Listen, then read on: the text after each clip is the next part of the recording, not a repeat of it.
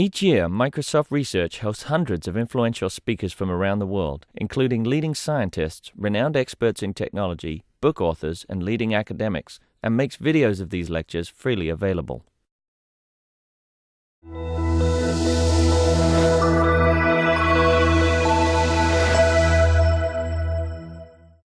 Okay, so now we have the invited talk by Srihari Nagarulu from IDC. He has been with Microsoft for last 5 years and has been working on various aspects of Bing.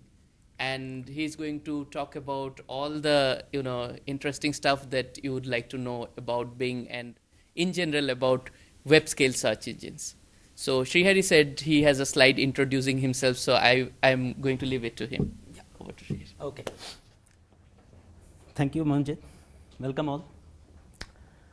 Okay. So, yeah. This is my introductory slide. Whatever you can make out, make out. So, what all information can you make out from this slide?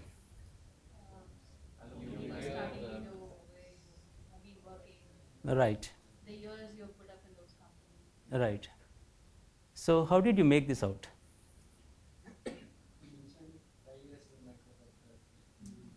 Right. Yeah. Now, basically, if this document is given to you, okay, and if you have to write the IR system, I mean, you have learned 2 days of IR, right? So, this is the document that I would give it to you. Now, you should tell me all this information in writing. How would you do that? Or if I say any query, how would you do that? That's the challenge in IR, right? So, the whole idea around this here is, I mean, why did you decipher that document? These 5, 2, and 7 are my years of experience in those companies. Okay, it's about basically the context that you are attaching, right? It's a priori information that you are attaching. That okay, I mean, if something is attached and if something is there from the LinkedIn thing, okay, I mean, this might be most probably the years of attachment. So there is no metadata anywhere on the page, but still you are able to attribute all the metadata. So that's what the real challenges of search engines are. Basically, I mean, yeah, you have data. Sometimes you have metadata, sometimes you don't even have metadata, but you should be able to serve the queries in the fashion that are required. And okay, I don't have to go there. Before going this, basically, I mean, I have my talk segregated into 3 parts today. One, we'll talk about okay, I mean, what is the landscape of IR, how the landscape of IR is moving. Second, basically, I mean, today's current online search engine, I mean, what are the challenges involved? And third, basically, I mean, what is it really means by experimentation for us? We'll talk about these 3 things. Now, can anyone guess what vertically integrated systems are? I will just change the words. What do you mean by out-of-box experiences? How many of you have seen iPods? Okay, how many of you use Android phones? Right? So you pick up the phone, you have the thing, and everything is seamless, connected, right? How many of you use Windows phones, by the way? Okay, few, that's good. Okay, so vertically integrated system, when we talk about vertically integrated systems, right? I mean, iPod was the first one which came as a vertically integrated system. So what it really did was basically, I mean, connecting you to the music around the world and connecting to the people who sell music also. So basically, I mean, you could just on the click of the button, you could search for the music, you could search for your favorite stuff, and you could purchase, you could complete the transaction, and you have everything on your iPod seamlessly. That's called a vertically integrated system. Now the vertically integrated systems with iPhone, it has bloated up.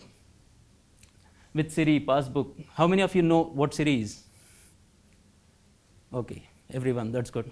How many of you know what Passbook is? Okay, few people. Oh, by the way, Apple Passbook. Okay, Apple Passbook is the one where basically, I mean, it's like a wallet. You can store boarding passes, you can store different kinds of things. How many of you know Google Now? Okay, few. So basically, I mean, the relevant information that is required at that time basically gets stored into the wallet or passbook. in Microsoft basically it's called Valet. So Google, basically integrated systems. All of you said basically Android phones, right? Android Play Store is a capable vertically integrated system. Basically, seamlessly you can download the entire the app that you require. Amazon. So basically, Amazon has released the Kindle Fire. Kindle and Kindle Fire. Basically, ebooks, and you can download the ebook seamlessly. So this is the power of vertically integrated systems. Now with Microsoft, there are n number of things in there in Microsoft. So in Microsoft, basically, you can look at Xbox as one of the vertically integrated system. You have Windows Phone as another. You have Windows 8 machines, Windows 8 tablets. Basically, it's completely seamless. So the world is moving towards the vertically integrated systems. That's what this slide is talking about. Now, what are the challenges that we are seeing? Okay, I will come back to the challenges, what we are seeing with the vertically integrated systems. There is a second trend that is happening. That is digitization of society. Can you guess what does that mean? What does digitization of society mean? I will give the first thing. Yeah. Crowdsourcing. Crowdsourcing in a different sense. I will come back. Yeah. Digitization of society is basically your expression, your thought, whatever you are doing, right? Your speech. So everything is getting recorded into digital bits. Now, apart from that, that is a topical information, right? Apart from that, your relationships with other people, places, things, everything is getting recorded. You say, I can easily figure out, okay, who your father is today. That's very simple. So these relationships are getting recorded. Now there is third dimension that comes into play out there, which is geospatial dimension. Where you are standing right now is available. At what elevation, it's also available.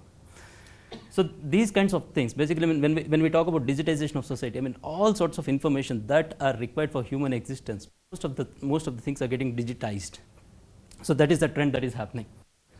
So now web of documents, as it was for information retrieval, now the information retrieval has bloated up into web of the world, which is basically people, places, things, connected, interconnections.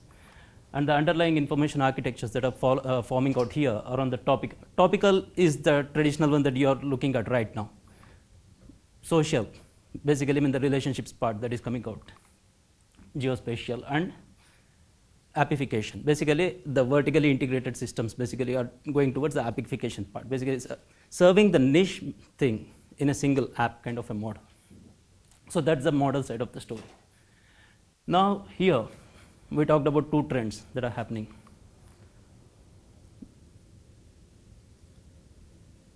So in the new search paradigm, what is required for us, right? So you have the platform that is evolving, basically new types of devices coming in, new types of form factors coming in. There is another one now on the interaction models. Basically earlier the interaction model was you enter a query, you get a query. Now what all you could do if you have a query? Voice search. What else? Voice search, image search, okay. Gesture search. Earlier the gestures were not being recognized. Today gestures are there. Keywordless search. Basically nothing else. Still you have certain intent. Basically that intent needs to be serving to you. Keywordless search.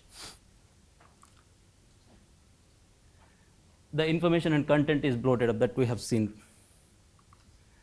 Now what does it mean for Bing in the new search paradigm? In the new search paradigm, basically Bing is, as we know, Bing as a destination till now, right? Bing.com. But Bing has even a bigger place, which says basically to serve all sorts of things out there, basically all device and entry points, whether it is Windows, whether it is Azure, whether it is Office, Skype. Not just that, even third-party services, basically Facebook, Yahoo and Siri basically have Bing as a backend for the search engines right now, and many more. So Bing is not just Bing.com. Bing is a big information platform, knowledge platform out there. It's seamless. That's what the whole challenge is.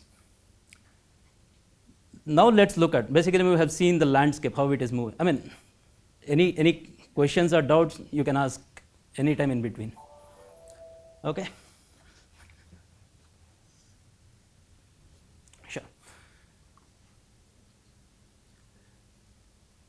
So these are different pillars that are serving. I mean, basically we have seen something. So these are different pillars that are serving the information platform for us, right? Now, index and knowledge and geospatial services are on the indexing side of the story, offline side of the story. So indexing and knowledge, basically, I mean, when you talk about information, how do you create the index out of the documents that you have seen? How do you create, basically, I mean, you had seen different things on the queries. When something cannot be served at runtime, basically what you should be doing is create offline indices and then using the cached at runtime. So index and knowledge for different kinds of information that we are seeing out there. So that's what the indexing and geospatial services are. Geospatial services using latitude and longitude for different kinds of things. The next one is intent understanding and organization. I mean, how do you detect different kinds of devices? How do you detect different kinds of intents? So all detection basically at runtime queries. So it's a big pillar. Monetization services, we have to survive. There is no other go for us. So we have to figure out the ways where we can monetize also. Infrastructure. Infrastructure basically meant to run all this stuff. We need huge scalable infrastructure that is required. I mean, today our rankers run on millions of servers to serve the entire world traffic. So I mean, how do you scale up? I will ask you a simple question, basically, or there was this conversation between two friends. I will just tell you, which is there is a doctor, heart specialist, and there is a mechanic, car mechanic. So both of them were discussing. Yeah, we both of us do same jobs, right? Okay, I mean, open the car, open the I mean, the doctor says open the body, replace heart, whatever. In this case, is basically open the car, replace the engine. But the mechanic says basically, why do you get paid more to the doctor? What would be the doctor's answer?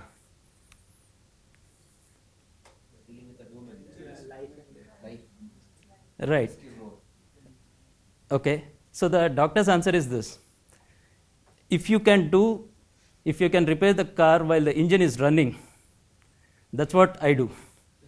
So for Bing, I mean, when we talk about Bing, basically, I mean, you have been going through all the tutorials yesterday and day before yesterday. You had seen all sorts of things that are running in offline. Now for us, basically, I mean, the Bing service has to run, and then we should be able to do all sorts of things. We have to live and then do.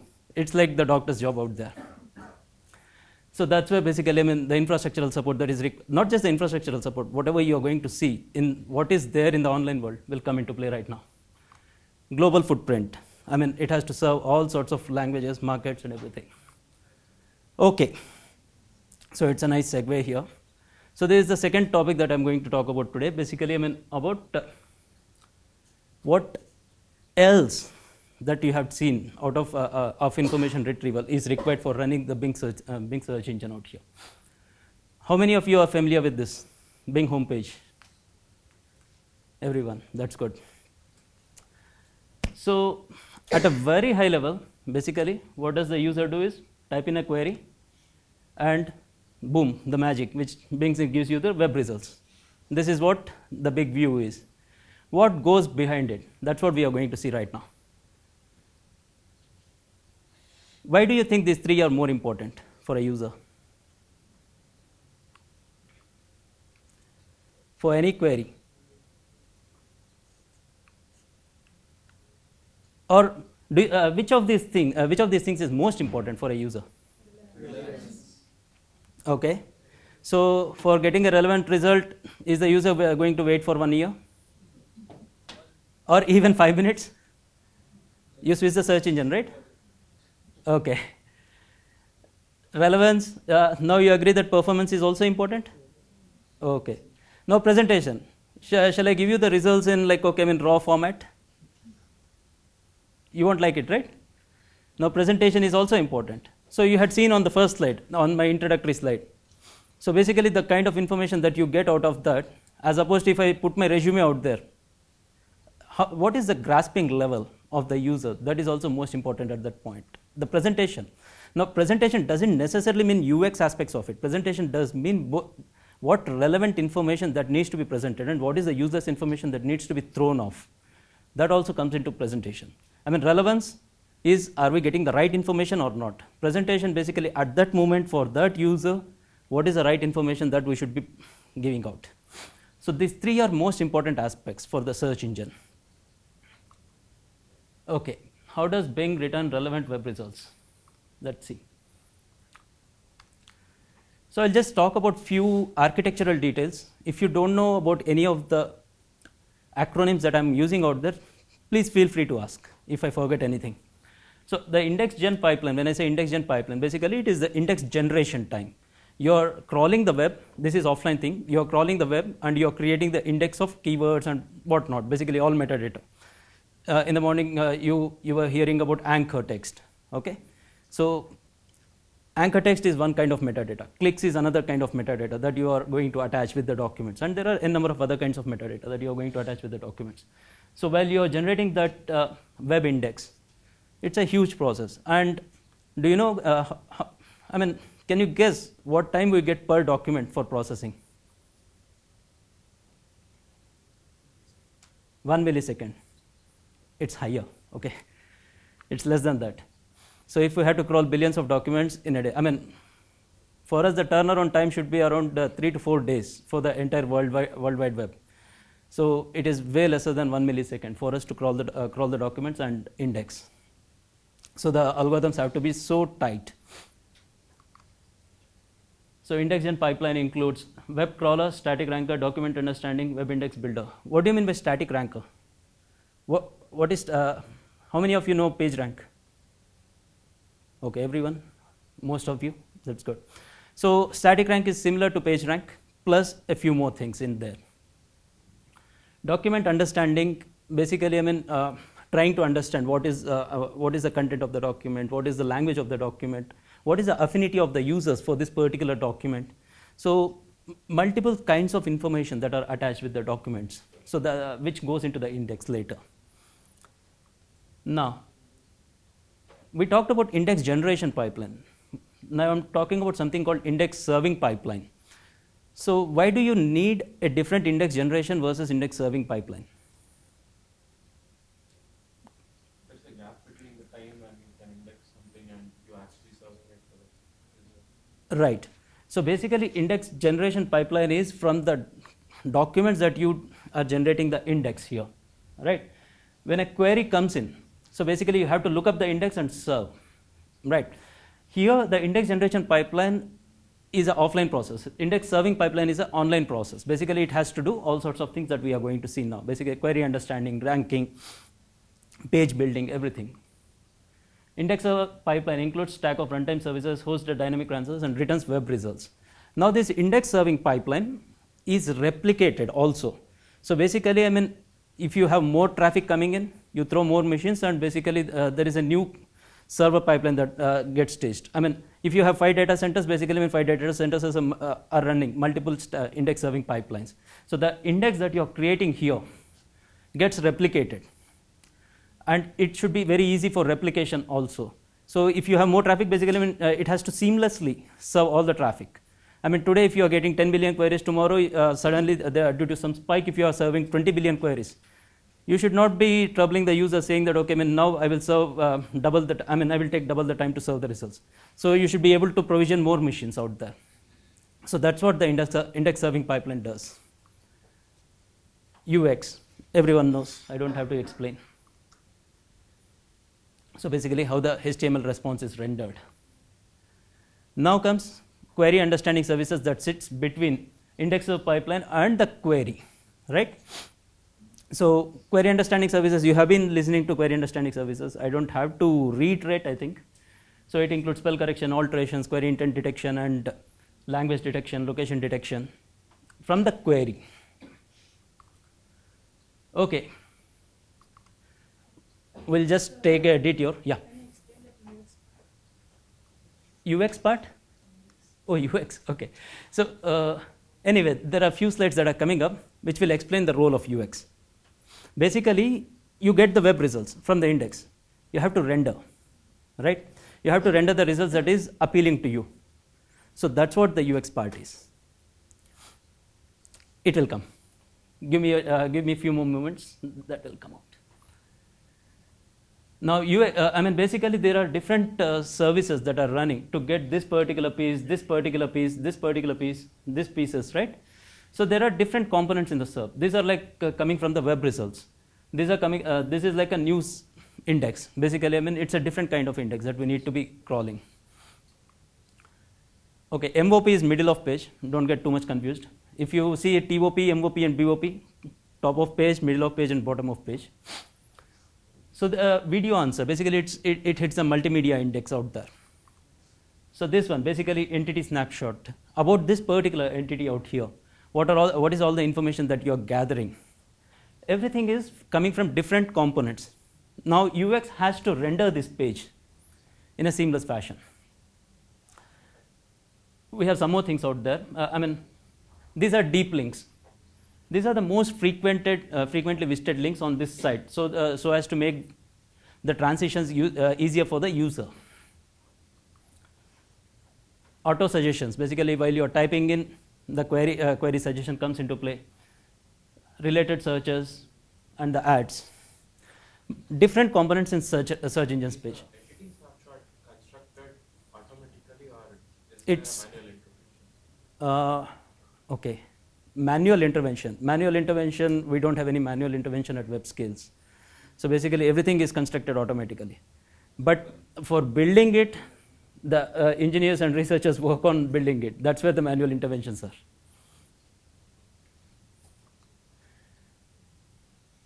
Apart from this, we will see some more things on the search engine results page, right? Like, so when you type in, let's say, live cricket scores, you see a result which says basically, yeah, this is the match that is going on. Or when you say that, okay, I mean, Microsoft stock price, you can see that. Or whether in Hyderabad, whether in Bangalore, you can see the result. How does that come? It is not coming from the crawling of pages for us, because I mean, crawling itself is time consuming. We cannot keep crawling the same page on the web. So for that, we have different architecture out there. That's what you will see right now. So basically for that particular thing, we have something called feeds. In feeds, we get feeds from different providers. I mean, for weather, basically for weather.com gives us a different different set of feed that directly comes and gets stitched. Now this particular thing, basically, I mean, on the index serving pipeline, right? Like, I mean, you have instant answers, you have different, you have finance answer, stock answer, weather answer, cricket answer, lots of different things come into play out there. Now, aggregator is the one which sends this query, I mean, query understanding. We said basically intent detection. What is the intent of this particular query? Multiple things, right? Like, I mean, those triggers the right set of services underlying and gets the right set of results. And there is another component which is called page organizer, which if 10 things are coming into play, basically you have a real estate, I mean, which is fixed. You're fighting for the, I mean, now every service is fighting for the real estate. So how do you choose? Algorithmically, everything is algorithmic, or everything is model here. So that particular model tells, okay, for this particular query, this, I mean, finance answer is most important. For this particular query, stock answer is most important. So that kind of thing is done right now. Now at the offline level, when I say offline, basically when the data is getting aggregated from the web, the data is aggregated from the feeds. Now these are all these are different various kinds of services. There are more than 200 to 300 services that are running out there. Now on the query understanding side, basically, I mean, you understand the query, you detect the intents in the query, and then throw the results. Did we forget something? Between the query and between all these services, there is something called front door. That's what I'm going to talk about right now. What is front door? Any guesses? I mean, here the query is coming into play. Here everything is coming in, right? Like, I mean, before that, we need to do certain other things. Okay. Yeah. Again a small detour. So basically, before going into front door, there are different kinds of pages that are served by Bing. Search results is one aspect, maps is another aspect. You have certain other things called events and sports pages. So these are different kinds of experiences. So these are being served by Bing, right? Now with APIs, basically, I mean, you have different kinds of things that we have seen. Okay, for Xbox, you should be able to do certain other things. All those things basically are underlying for us. Now, front door is the one which detects what should be triggered. So front door basically, I mean, it's a front-facing service for all major Bing applications. Now it serves, it decides what needs to be triggered and how it needs to be triggered. The different services that it talks about are user detection, IP, market and location. Why do you think user detection is important?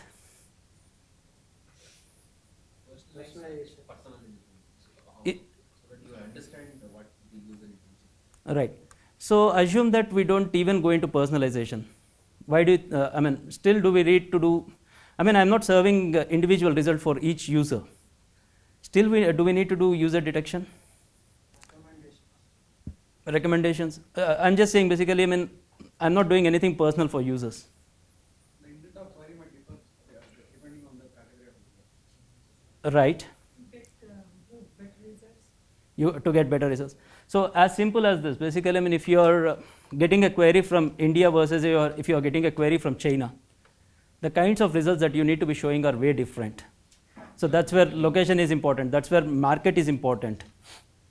So for a simple query like Barack Obama, the intent of the query changes out there. Basically, I mean, in US, mostly, I mean, most probably it is directly visiting the White House page. It is directly looking at what Obama is releasing as part of his governance and other stuff. Whereas in India, it is trying to look at Obama's Wikipedia page and learn who Obama is in the first place.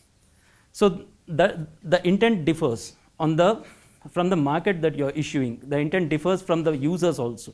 Now to understand all sorts of things on the users level, basically, I mean, you need to be able to collect as much of context of the user as possible so that you can serve the right set of results. How do you collect the information of the user? I mean, So IP address is very simple. It's reverse IP address wherever the request is coming from, user agent.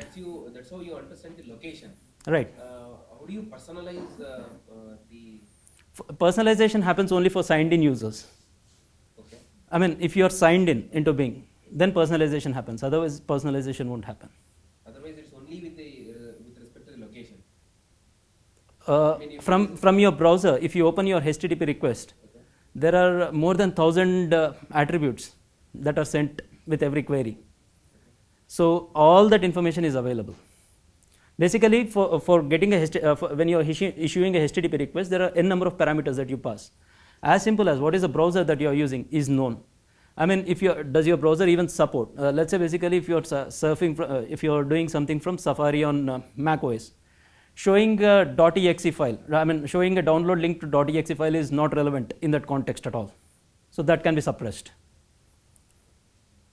So different attributes, not just location and market.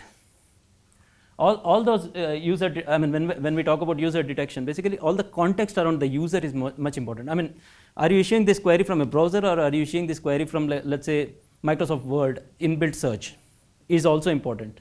I mean, if you're when you're writing some code and if you're doing a query out there, we exactly know from the context of the search basically that okay, I mean, this thing is coming from Visual Studio. The results that are required are more towards help pages or something like that, as opposed to general pages. So that context is also important for us on the user side. DOSDog, BotDog, I mean, these are like trying to protect your stuff from denial of service attacks, bot attacks, and all that stuff. It is pretty simple thing, and everyone knows about it. I don't want to go into details. Classification. Classification is the one that I just talked about. So you have a number of attributes that are coming into play from the user browser history and all that stuff. So how do you classify? Anyway, we are going into details on each of these in the next coming slides. Experimentation, instrumentation, hydration, cookie enforcement. I'll just go into each one of this. Request routing and forwarding. So basically, I mean, whether this particular request is coming from coming for web results or map results or image results, so that identification needs to be done at that point, and you need to be serving the right set of things. That is being done there. Error handling, load balancing. I talked about load balancing earlier itself, right? Like, I mean, how do you push more machines, or if some machines are cold and some machines are hot, this can redirect the queries to there. Coordinated experience. While receiving query, while returning response. While receiving query, I mean, basically you detect all sorts of user attributes. While returning response, basically when the front door does the branding. I mean, if it is going on Bing.com, you get to see Bing.com branding. If it is going on Yahoo.com, Basically, I mean, you will see Yahoo's branding out there. So, or if you're seeing on Facebook, basically you will see Facebook branding out there. The results, I mean, there are different sets of policies that you need to be adhering to. Now, even those policies, even those cookie policies, when we say that, right? Like, I mean, if you are selected strict safe content, then you are not supposed to show any illegal content out there, any random content out there, malware out there. Market, UI, lang, location detection, we just discussed, is the similar stuff. Market detection is different from UI language. I mean, UI you might want to have it in English, but your market might be you want to tune it towards northern India. So that is UI language is basically whatever you see here, right? Whatever you see on these things, that is UI language. So the UI language also plays a role in determining the user. Classification. Now, based on different rules and different learning mechanisms, basically, I mean, you try to figure out, okay, some examples out there on the classification. You're getting a number of attributes. Now, you need to be able to group the users into different categories or different clusters. So that's what the job out here is. And user agent, basically, I mean, you can say that, okay, this is a Firefox user versus this is a IE user, or this is IE7 versus IE9 user. Internal IP addresses, basically, I mean, when you have certain IP addresses, basically you can have trust levels with the IP addresses. If it is coming from an API, let's say basically Siri is using Bing at this point. Now it has a different API. The flow you know, I mean the input mode you know, the output mode you know. So those particular things are classified out there, whether trusted, non-trusted, and other. Premium traffic versus other one. This particular thing we'll see. Why you need to say that, okay, I mean, what is premium traffic versus what is non-premium traffic? In the morning you were seeing basically there were queries with 480 words or 500 words, right? So that's not premium traffic for us. Basically, I mean, it is going to screw up all the systems. It is going to stress test, by the way, all the systems out there in the world. So if you ignore one such request, that's fine, not a problem for us. The premium traffic is basically meant to make sure there is less damage on the traffic side of the story. I mean, what queries you want to serve versus what queries you can ignore. Traffic tiering, basically, this is what it is. We say basically premium, full, cost optimized, basic tiers kind of thing. Now each query that comes into, or each user that comes into play out there, basically, I mean, are categorized into different traffic query, different tiers, so that we serve the queries which are most important. Now, when I say most important, our goals are way higher. I mean, 90% or 95% of the time we should be serving. For certain things, basically, I mean, it is safe to ignore also, not to serve. Services can optimize for the cost to serve lower tier traffic. For example, lower tiers may get less relevant results. That's fine, right? So even at the indexing level, basically, I mean, when we do the index, right? Like, I mean, the indexing is done in tiered mode. Not every document is in the high premium tiers. So the documents which are way much used, not just tiers, basically even on the boxes that we store the documents, right? Like, I mean, the sort orders are defined by the seek times. When we say this, when you have, let's say, the index sorting mechanisms, right? Like, you have an index chunk. In the index chunk, the first 13 to 15 in the first 13 to 15 documents, you should be able to get 99% of the results. Otherwise, the sorting mechanism is not working out there. So modeling algorithms play a big role in getting the performance levels that we need. Security. Yeah. Security for any online service, you need a high enough security. We don't have to go much details into this. Experimentation, I have a full length, the third topic is experimentation. We'll talk about experimentation in details out there. User instrumentation. This is what we were discussing, right? Like, I mean, on user instrumentation, so each service, whatever information that it needs from the users, basically, I mean, the click behavior patterns are needed. Now with touch and gestures, so basically, I mean, what is the wait time, what is the span, attention span that user has given, all sorts of things are getting collected. Why do you think these need to be collected? I mean, why can't we just serve the results and ignore? Is there any response? Is there any thought to give? To improve results for the users that are coming in the future. That's true. So the instrumentation happens at every level. Basically, I mean, for a single result, there are more than 100 types of inputs that we collect. Now, when we see the next experimentation phase, you will also see basically, I mean, what kinds of things matter to us a lot. Hydration. Someone was asking about UX, right? Now, hydration is the process where basically, I mean, you get raw results and how do you transform it to the results that are understandable to the users. So this is how you get the results without hydration, and it is the job of front door and UX to try to push the results into this format. So it's completely raw, it's binary bits. Now how do you make it useful to the users so that the users can consume it, right? Now this is just one aspect of it. Now there was this entity pane or entity snapshot that you are seeing. The interplay of these results, basically, I mean, when to show images and why only these 5 images are chosen. Everything plays a role out there. Why is it called hydration? Okay, so I don't know the exact reason, but I think it could be for basically in the fire hydrant kind of thing. You release certain thing outside from raw to finished format. That's what it would be. Yeah, water often makes something complete before you serve it. Right. Monitoring. Why do you require monitoring of the services? Whether the service is running or not, you need to have the feedback from the end. Basically, I mean, there are different kinds of mechanisms that we use even to monitor the results. I mean, even as simple as a website is running, but it is not running from India. I mean, from India users, it is not working, but for Singapore users, it might be working. Now, how do you detect that is important. And it might be working for one query. It might not be working for 10 queries. That's also important. So when to stop versus when not to when to continue is also a big challenge in all of these things.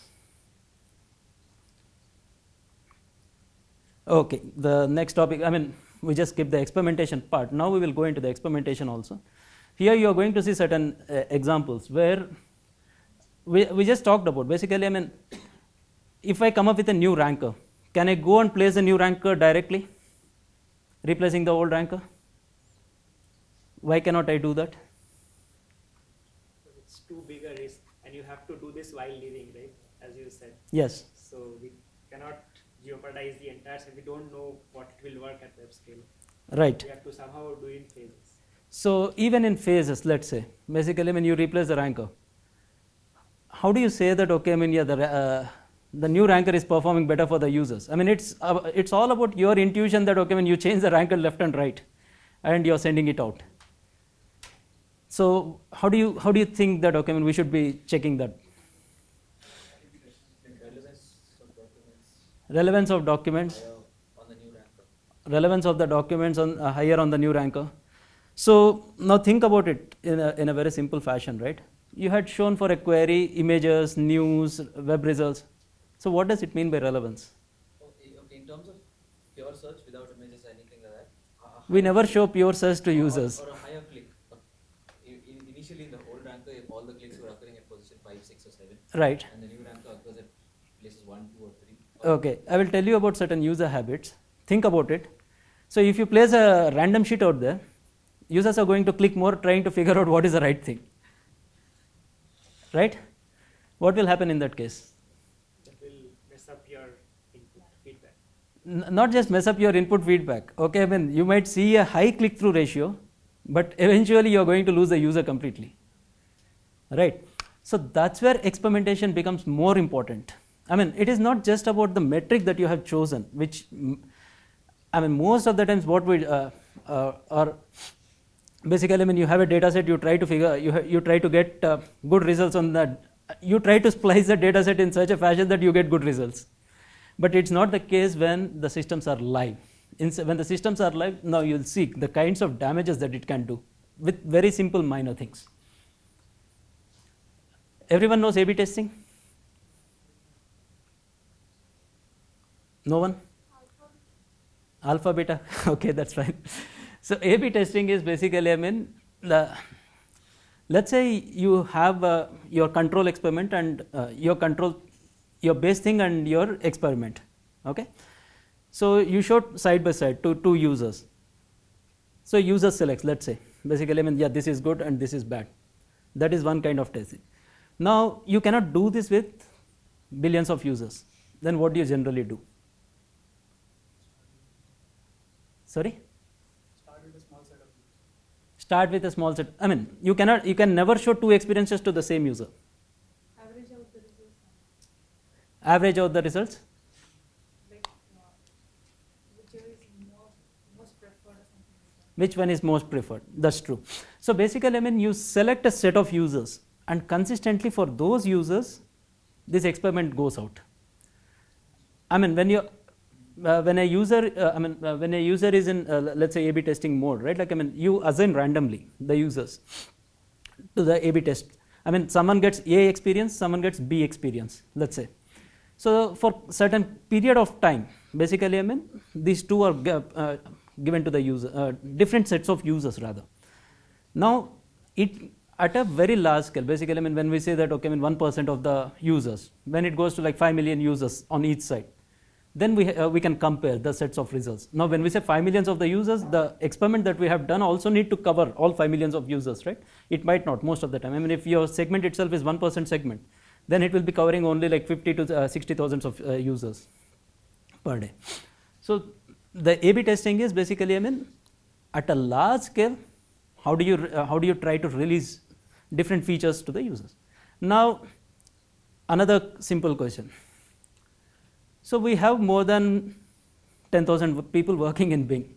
Okay, that means at any given point of time you have 1,000 experiments running. How do you select the user base? It's a big challenge. Okay, you have only 100%. There is not even a single point more than 100% available to us, right? For sizable chunk. So basically, I mean, the features are spliced in such a fashion that, okay, I mean, for every single user, you would be testing out 20 experiments which are non-overlapping. Now, if they are overlapping, basically, I mean, we cannot help out. But the lines are chosen in such a fashion, the experiments are chosen in such a fashion, and everything automatic, by the way. I mean, we cannot monitor 1,000 experiments per day to try and manually select, right? So all these experiments go on different, what do you call as lines out there? Now, these are different kinds of challenges that come into play when we are talking about online experimentation. Not just, I mean, you don't have the luxury of all the users in the, I mean, your experiment might get small set of users at a small fraction of time. Still, you have to make out whether it is useful or not. Okay, what is, the slide was here. Okay, that's good. So basically, I mean, the user gets assigned to a particular set, kind of experience. Now, control is base experiment and treatment is the new experiment that you are doing out there. Okay, in this, basically, I mean, can you figure out what the differences are? And why do we have to test this?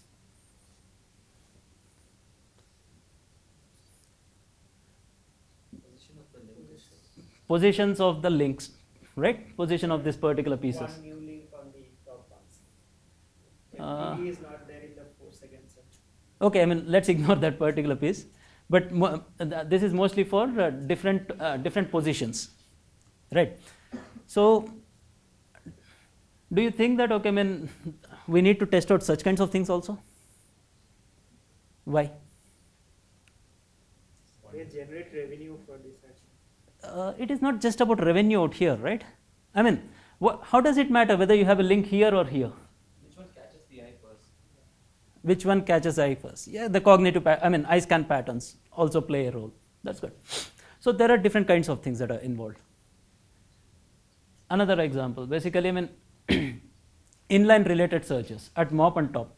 If you are playing with latest Bing system, basically, I mean, the related searches would be visible here itself, because that's where you want to try out a different query. Now, here related searches, when it says MOP and POP, whether here or at the end, that we have to figure out. So user is frustrated at this point and want to try out some other query. That is the hypothesis behind this. Otherwise, basically, I mean, yeah, user has checked out all the 10 results, then he wants to do the results when it is in the bottom of the page, which is below the 10 result fold. So there are two different things out there. So all these have to be validated. There is no one right answer for this. What are different things that we look? I mean, these are just some simple samples. Basically, I mean, let's say this is a scorecard. So for each experiment, we have more than 1,000 parameters that each scorecard needs to we need to look at. Let's say basically for related searches, right? Like, I mean, it says great performance, slight perf degradation. So when the results are being shown above fold, there is a performance degradation. Why? We don't know. Because the system might be splitting the results. There is a simple marginal cost that has been induced out there, which is like, okay, when the results are getting split and it is being inserted in, which says basically, I mean, now the HTML divs, basically when it is rendering, it has to do 3 times the effort for that single pane. So that's where the slight performance degradation comes into play. Not everything is free, by the way. So here, now basically, now you need to see, yeah, the trade-off. There is a great performance. I mean, it's like your normal PR curve. Where do you draw the line, right? Like, I mean, simpler things. Now, when the parameters are more, we need to be even more careful. That's what it means. Now, I mean, someone would have made a call which says that, okay, when there is high performance issues, then they would have traded off for the great performance. I mean, then they would have traded off for the click-through ratios and other stuff. So are people preferring the middle placement? As I said, right now, basically, I mean, if you see the latest stuff, I mean, these are just some samples. If you see the latest stuff, the related searches are getting here. Yeah. I mean, the top 2 or 3 variations. That means basically people are preferring there. Can you spot the difference between these two? Very simple difference.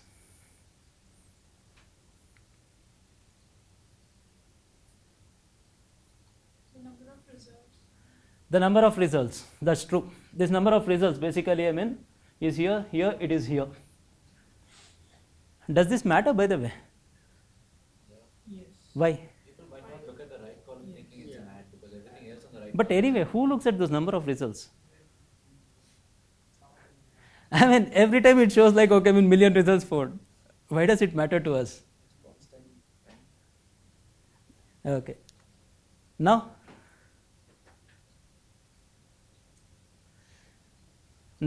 okay, this is involved in that. So nothing changes, but the users are not clicking these ads just because this is not available out there. That was the impact. When that basically, I mean, it is now it is going towards the habits of the user. Users are habituated to see the number of results. Now they are not finding the results. Basically, when they say that, okay, I mean, something has gone wrong. Okay, so that's what it means. So it is not just about the right thing. It's also about the right thing in a slower fashion to the user. And when you are changing the user behavioral habits also, basically, I mean, you can just say that, okay, I mean, I have got a new, good, great algorithm which improves like 10 points of NDCG. But if you push it out, it might as well backfire on you. You might have to see basically, I mean, how slowly you can get it induced also. That's a trade-off that you need to be doing. So how do we experiment? Basically, I mean, we talked about different kinds of experiments. I mean, till now you have been seeing only the experiments in the IR phase. Basically, I mean, yeah, I need to change this ranker, I need to come up with a query understanding model.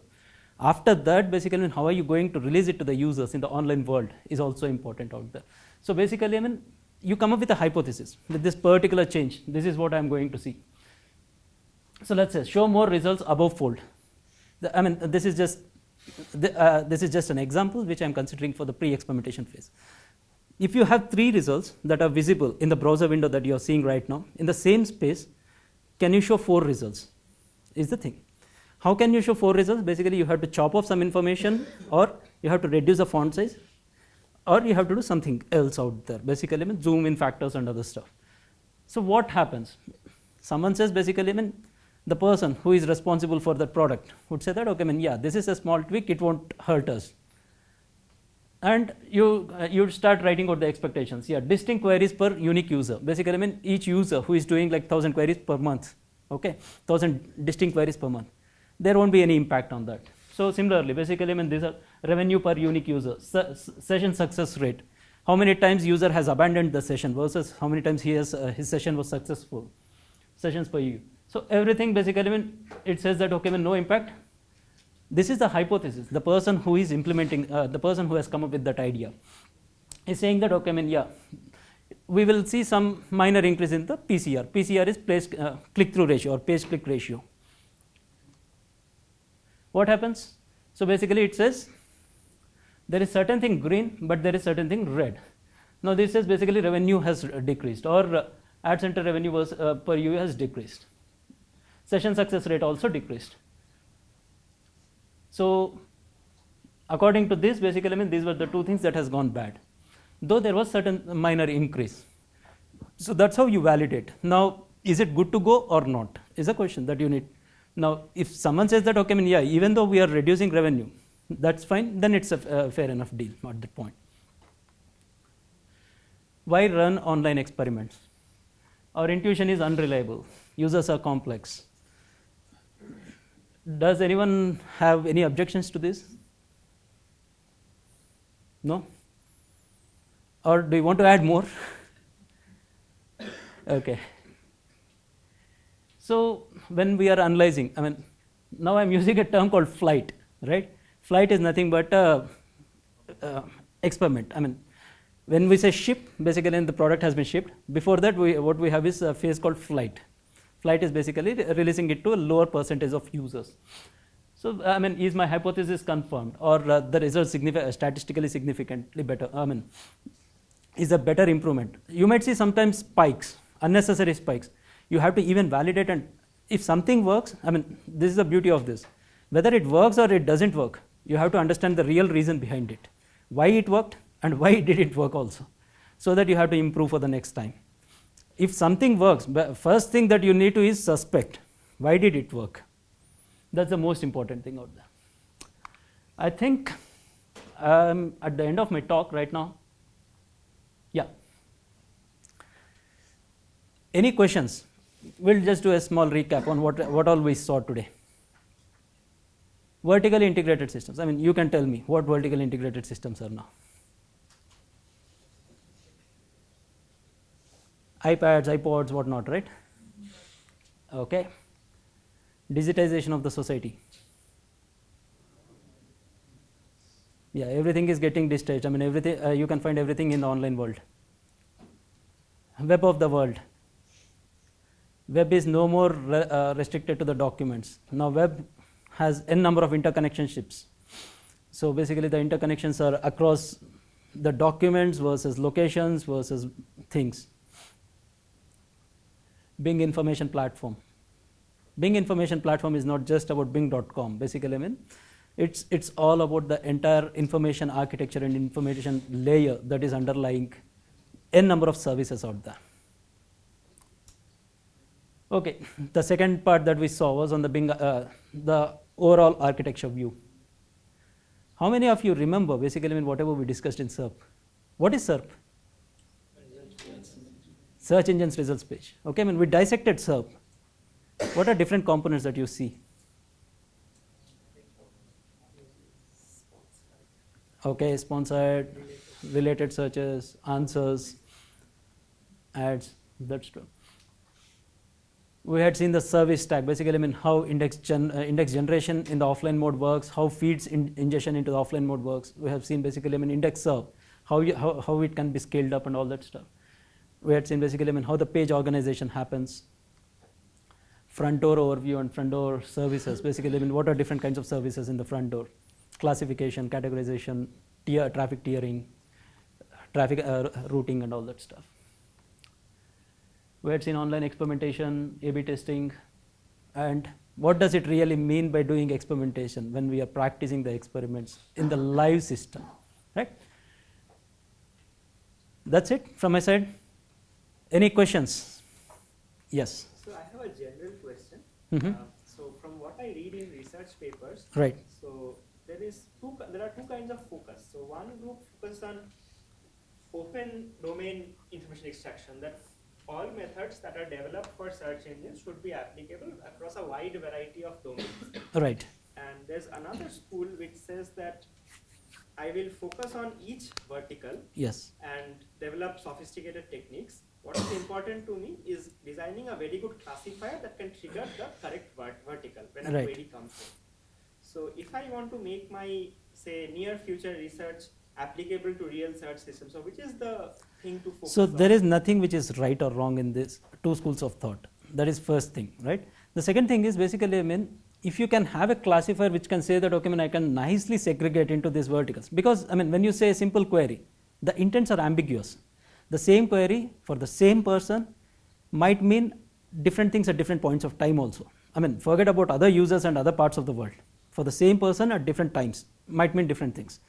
Now, this particular thing, I mean, the system that you want to develop out there to identify the right intent at the right point of time for the right user, for the same user, right, is way harder than trying to do it in the other school of thought. But I would put it this way, basically, I mean, both things need to work. I mean, both things need to go in parallel, right? At certain point, basically, I mean, they will complement as opposed to they will segregate things. And one related question, so if we focus on verticals, what is the granularity that you work at? So we have these top level things in the search page, right? Maps, Right. videos, images and all. So these are top level. Right. So how much deep do you go? Like you take people, then you look at different classes of people, or you take Right. products and you look at different classes of products. So what's the general granularity So that you work on? when you said these two things, basically these are two different classes for me, right? When you are looking at maps, videos, and images, there it is about the content type. Basically, I mean, the content that you are retrieving is different. I mean, in maps, the content that you are retrieving is different, right? When you are talking about documents, I mean, when we say that, okay, people-related documents, or when we say that, okay, I mean, travel-related documents, it's a different segmentation. Basically, now you are segmenting the same set of queries to the web domain in horizontal chunks. So that segmentation is different from this kind of segmentation. Now, in this segmentation, I mean, when we say that, okay, I mean, yeah, we should be going towards a very narrow, thin. I mean, in travel, basically, I mean, flights from this to this is the segment that I'm considering. 0.00001% of queries, but still, it might make sense, right? So it all depends on what exactly, I mean, how your, what do you want to serve, as opposed to, there is no one right thing, by the way. It's about basically, I mean, if you can nail down the experience for that, you can go for it. Now, when I say experience, I mean all parts, relevance and everything. Any questions? How many of you were attentive during the entire talk? Okay, half of the people were sleeping. That's good. So this is the opportunity to ask anything that you had wondered about Bing, or in general. Yeah, in general, any search engine, that's fine. I mean, I will ask a simple question, right? Like, I mean, if search engines start charging money like your Airtel internet packs or recharge packs, will you use search engines? No? No other option? Okay. We'll go Good. the traditional way of finding out URLs from right people. Okay, that's good. Okay. And one just small comment. So I like these information snippets, these boxes that come on the Bing homepage. Why don't they come for Bing India? It's still that flat same. They don't come for Bing India? No, Okay, for a sometime long they will time. come. Okay, sometime they will come. It's a Bing-related question.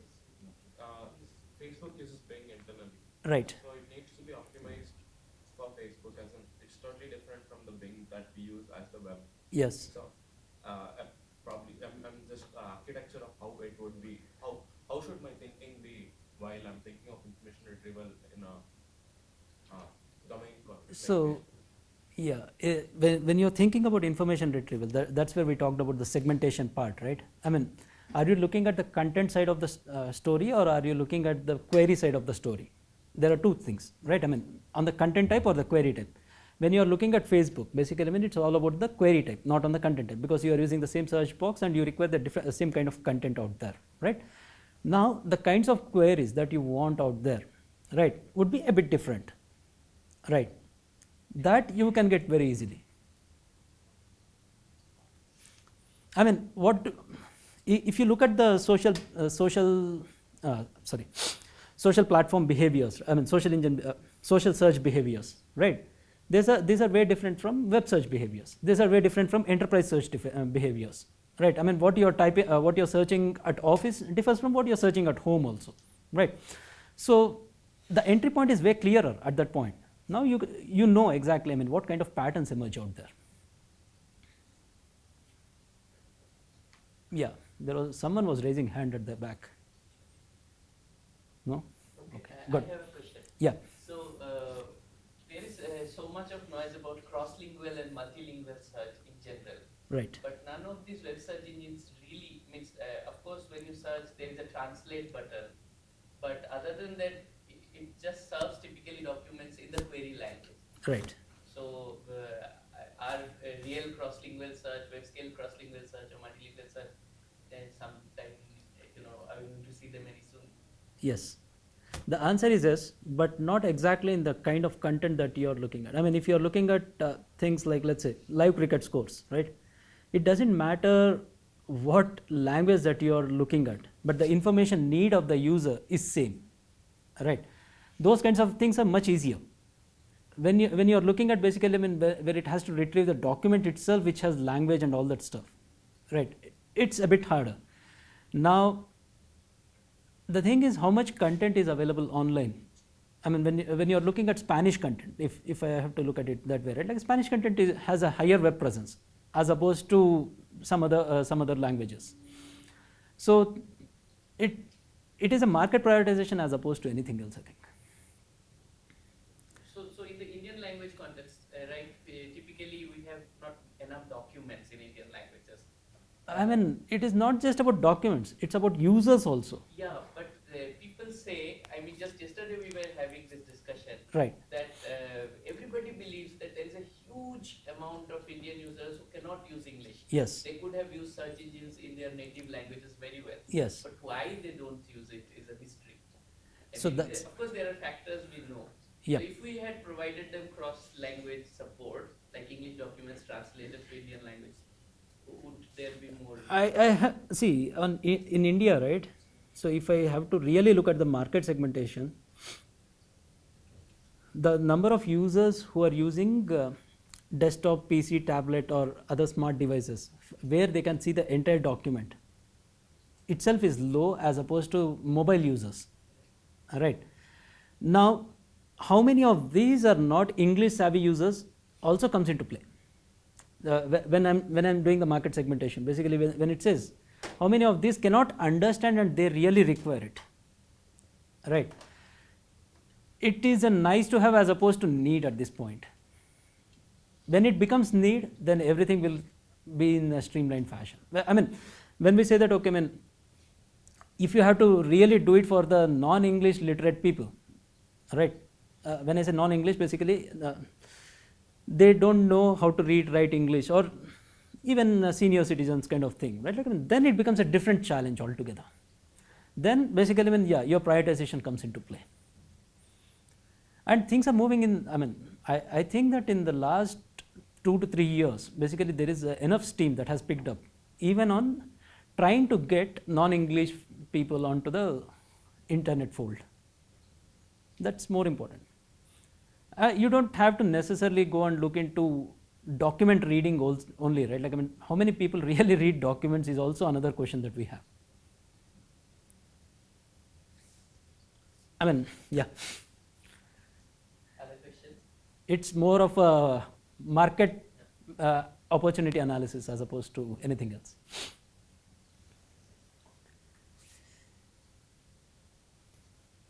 Any other questions? No? Good. Okay. Okay, thanks. If there are no questions, then let's